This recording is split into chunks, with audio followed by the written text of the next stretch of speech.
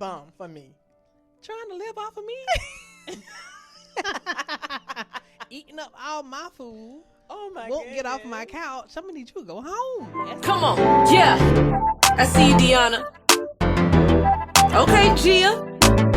DST, D9. Let's go, let's go, let's go. It's violets and pearls with the Delta girls. Okay. Wearing crimson and cream, call them chocolate supremes. And if you're shopping for things like popular things, they got all of the things from clothes to jewelry. It's a dream to talk about things the D9 way. It feels good to be Greek and change lives, man. It feels good to uplift, to give back and speak facts. Violets and pearls is where it's at. Come on, yeah. VMP, everybody say. So yeah, being a mother definitely in my 20s taught me a lot. And having this new title, this level of responsibility that was like no other. But I appreciate that moment, that milestone in my life, and I wouldn't change it. Aw, yeah, he's a sweet pie. My next one is you are responsible for you.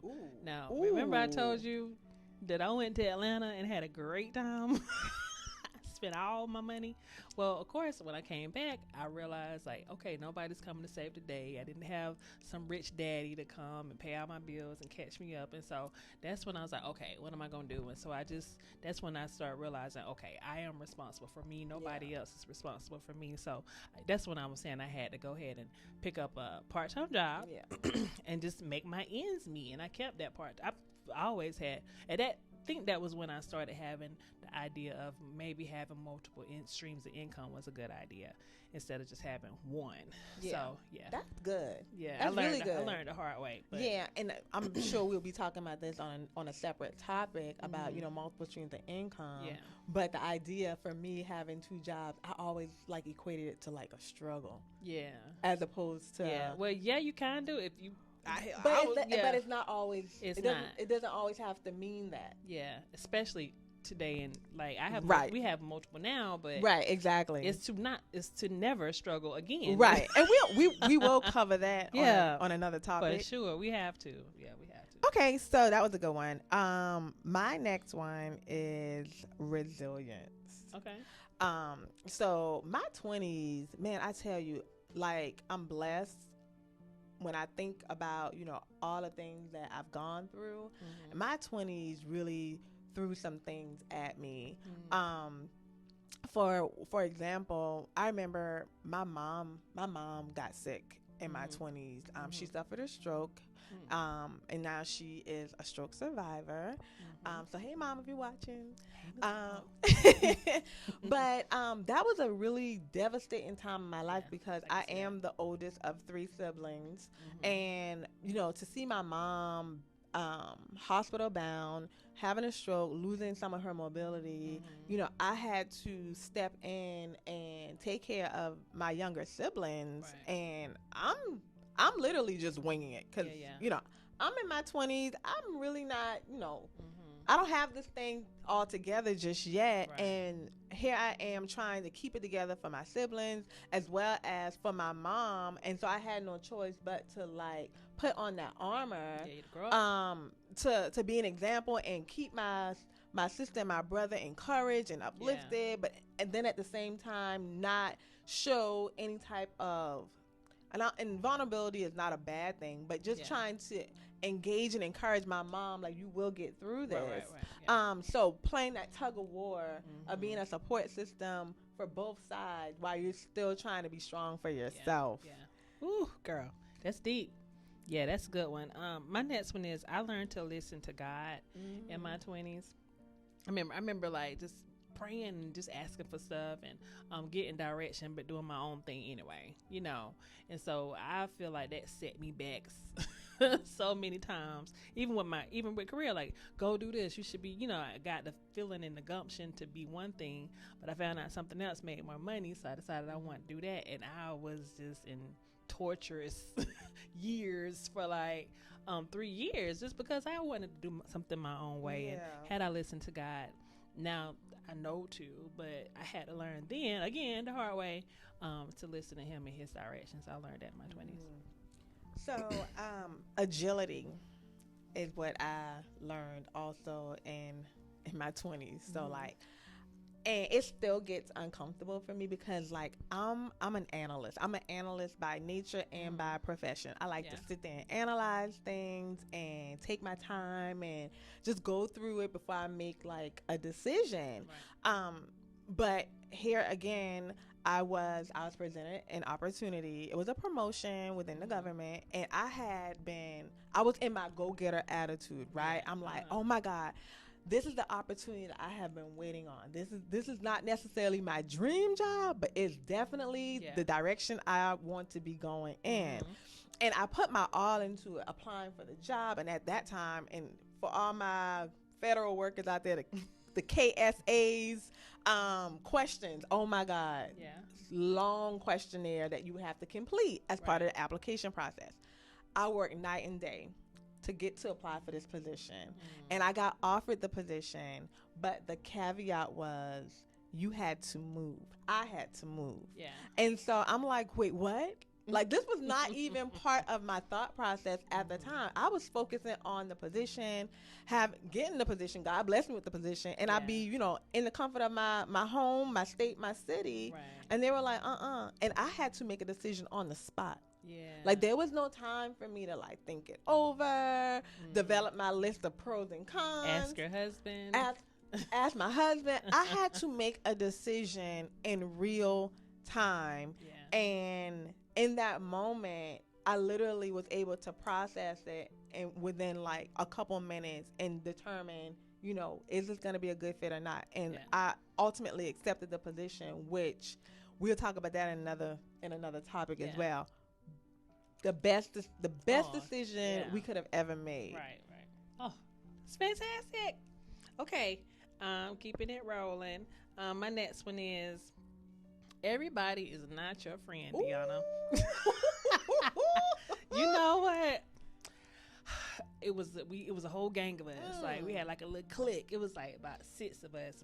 We all went to high school together. Some of us went to middle school together.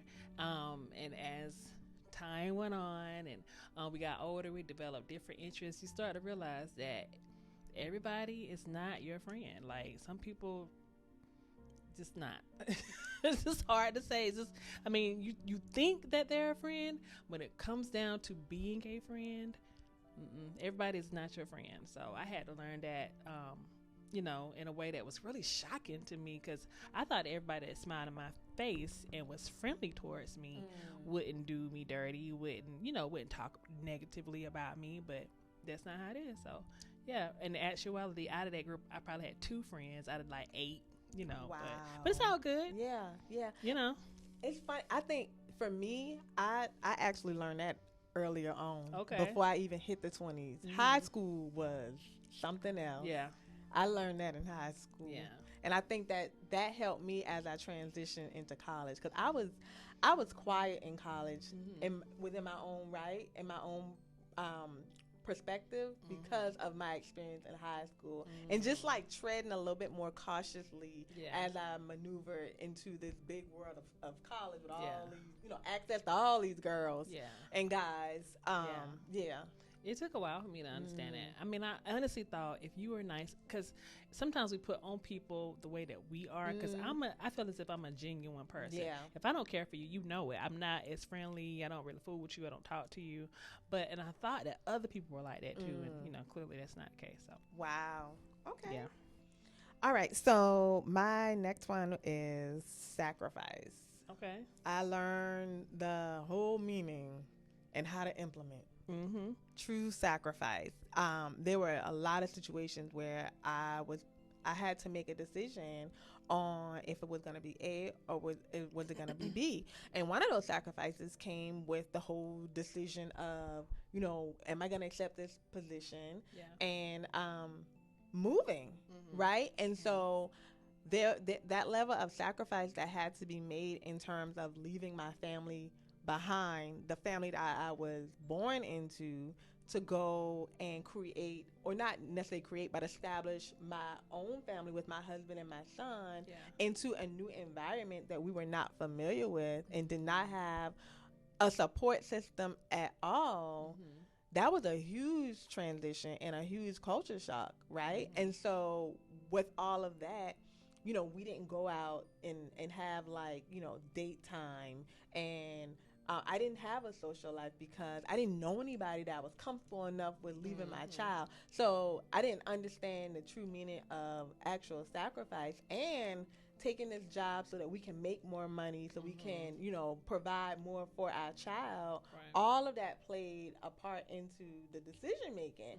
But it wasn't until I was put in a position where I was responsible for this kid. Yeah. I'm now married. We had to start really thinking outside of just us. Yeah, that's good. That's good. I laugh at mine because some of mine are just. My next one is don't date a bum. Oh, I mean, okay, I was a homeowner early. Everybody else wasn't. Like, some of the guys that I was seeing was not. And so, sometimes I find myself with this person in my house. I'm like, but how do you define a bum for me? Trying to live off of me. Eating up all my food. Oh, my Won't goodness. get off my couch. Somebody need you to go home. Asking me to pay their phone bill. That's a bum. Don't date a bum, Deanna. Don't. A bum. 20-year-olds, don't date a bum. Don't do that. Is Yeah, too I just funny. found myself like, oh no, like this dude is really a bum, like for real. But not all the guys were, just a few. Just oh, you got your own place. Oh, you got your, you got a good job. And you doing this, Yeah. and I kind of found myself in a spot sometimes where I was like, golly, this dude is asking for a lot, and these tables are turned. So yeah, that's what I learned. Don't date a bum. All right, so my last one is to be fearless. Okay. And I think it kind of like really sums up everything that I've been talking about in terms of my top 10, but just having an attitude of like nothing can stop you. Yeah. Like, and it's so funny because once I became a mom, I realized that a lot of the fears that we develop because someone put it on us. That's right. Because when you're a kid and you think you can fly because you're jumping from couch to couch, jumping off the bed, That's true. and what's the first thing people say? Stop before you hurt yourself. Yeah. So there's that level Instill of fear. fear. Yeah. There's that level of fear that's instilled. Like, well, don't do that because you might hurt yourself. Yeah. And I realized that once having a kid as well, like, I would project some of the fears that was projected on me onto him, but realizing that having an attitude of being fearless can definitely open some doors for you and allow you to gain access to things that you didn't even know was possible. Yeah, absolutely. I agree 100%. And it's funny that's your last one. That's why we LSs. Because mine is go with your gut. Oh. That's my last one. Go where your gut. Because I remember being afraid, and I remember like seeing. I was kind of interested in stock and stuff early on, and I remember seeing like Facebook stock, and I remember seeing Google stock, all the stuff that was just so low at that time. I don't know if Facebook was out quite then, but I know Google was. And I remember saying, "Oh wow, this Google search engine that's out."